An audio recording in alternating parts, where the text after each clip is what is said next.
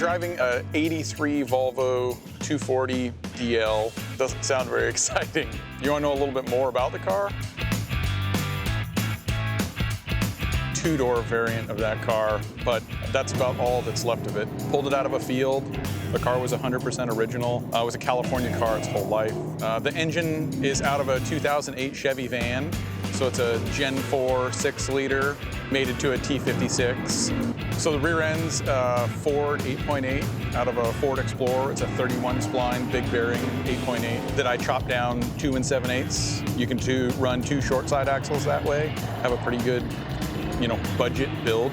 The car's built on a budget, so I mean, there's nothing big and fancy about it, and all the work, aside from painting the engine bay and a few other things, was done at home in my garage. The build snowballed a little bit, like I think they all do. It was originally just going to be a naturally aspirated V8, and then somehow it ended up with a Cadillac CTS-V supercharger on it.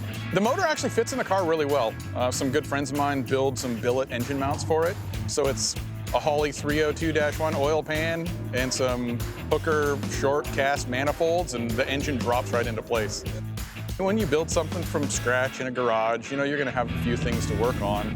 But the car's pretty dialed right now, and it's outgunned power-wise out here by, a lot of these cars are 800 to 1,000 horsepower, but I'm having a blast.